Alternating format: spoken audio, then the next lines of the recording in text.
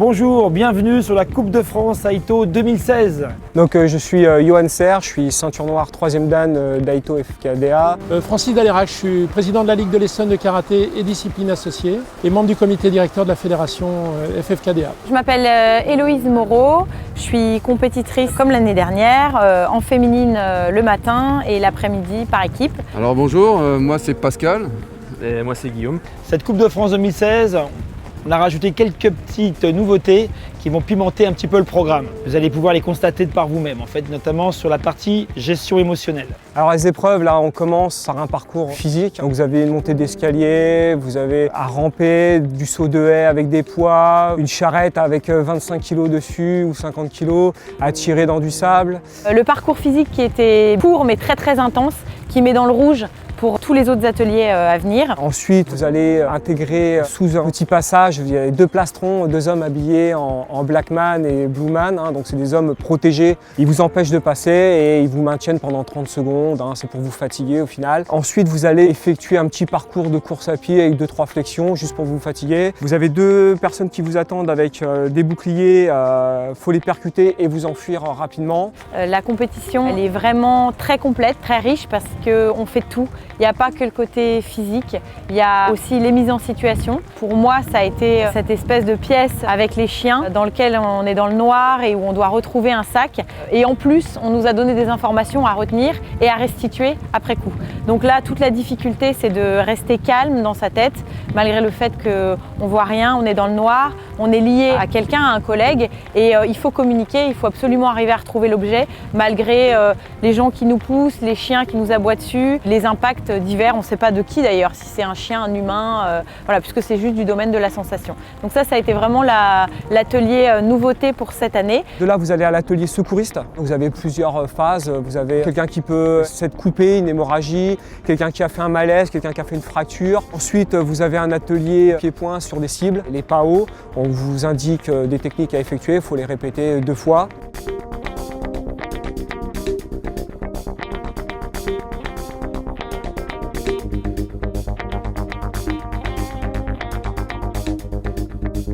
Ensuite, il y a une personne qui est victime d'une agression, l'individu est armé d'un couteau.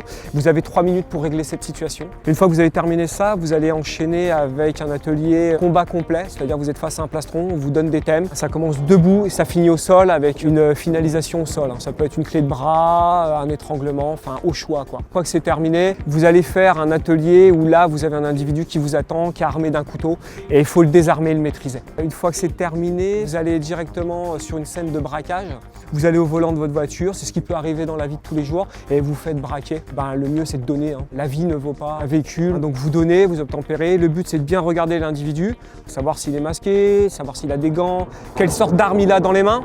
C'est important de savoir plus ou moins si c'est un pistolet, une arme longue comme un fusil, comme une mitraillette. J'attends beaucoup de cet après-midi. Par équipe, c'est super intéressant. C'est une autre façon de voir les choses. On est en mode, comme moi sur le terrain, en travail de police, sur la voie publique. On a un collègue, on est là pour se soutenir, pour communiquer un maximum. Parce que ce qui fait que parfois ça rate, c'est que l'un fait quelque chose, l'autre fait l'inverse. Non, là, il faut rester connecté. Alors nous aussi, on va concourir en équipe cet après-midi. Qui dit concourir en équipe, qui dit esprit de cohésion. On va reprendre à peu près tout ce qu'ont fait les individuels ce matin. On va le refaire en équipe de 2. La nouveauté, c'est que ça prend de l'ampleur. Il y a plus de participants, on est à presque 70 participants. C'est 30 de plus que l'an dernier.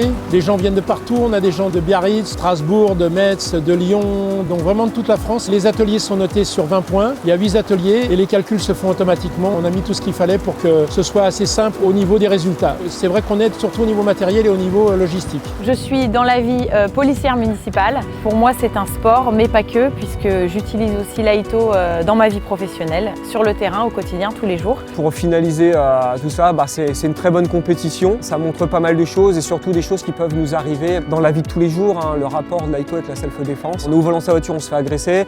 On est dans la rue, on voit une situation d'agression. Bien sûr, ne pas oublier de prévenir les secours, que ce soit les pompiers pour quelqu'un qui fait un malaise, un blessé, et la police pour quelqu'un qui est victime d'une agression. Pour ma part, moi c'est la première participation, donc moi c'est une découverte. C'est diversifié, on a envie de se donner au maximum et puis quand on est dedans, on est bien quoi. Pour ma part, moi c'est ma 2e compétition. La dernière, j'ai terminé 2e Master 1. C'est vraiment une famille. On est vraiment dans l'esprit familial en compétition. On va se donner à fond déjà. On va se donner à fond. On va dire qu'on est là pour aller jusqu'au bout déjà et puis aller au maximum et donner le meilleur de nous-mêmes. Et puis voilà, ça sera déjà pas mal. Faut pas oublier que la compétition, c'est un jeu. L'année dernière, j'ai gagné. Donc là, oui, je suis là pour remporter la victoire aujourd'hui. En individuel et par équipe.